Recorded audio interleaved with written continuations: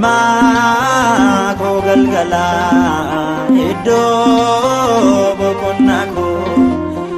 Yesuusin waama abbaa gaafa rakkoo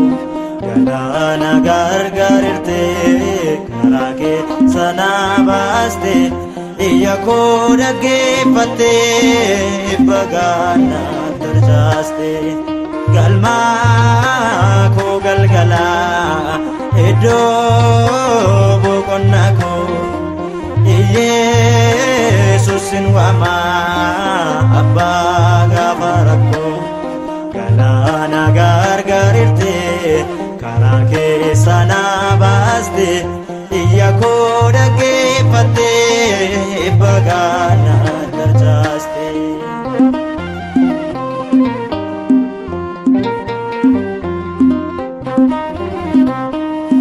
karaa jireenya kootii bakka dhiibaayuu lubbuu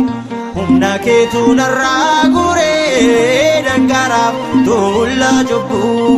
siwaa keessa abbaa koo qulqulloota faana hiriiree dadhabaan kormaan cabee si tolfee na furee galma koo galgala iddoo boqonnaa koo Yesuusin waama abbaa gaafa rakkoo galaana gargaarirte karaa keessa na baaste iyya koo dhaggeeffatte bagaana tarjaaste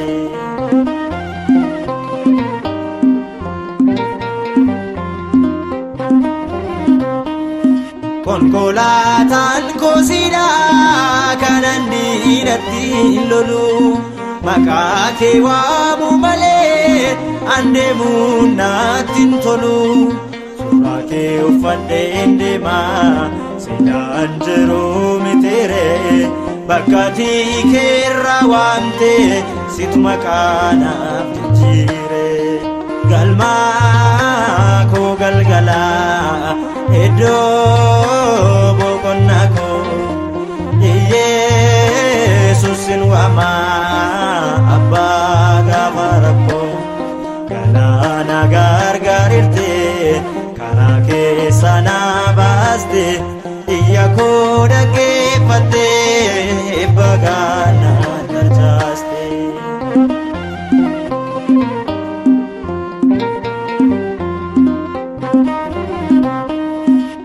duulanaarratti ka'ee walga'ii warra gantuu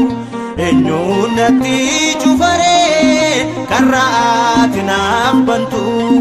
dacheessee gigaata malee kan taatota tarsa'a ati jennaan Yesuus ani galma koongaa galma koo galgala iddoo boqonnaa koo Yesuusin waama abbaa gaafa rakkoo galaana gargaarirte karaa keessa na baaste iyya koo dhaggeeffatte bagaana tarjaaste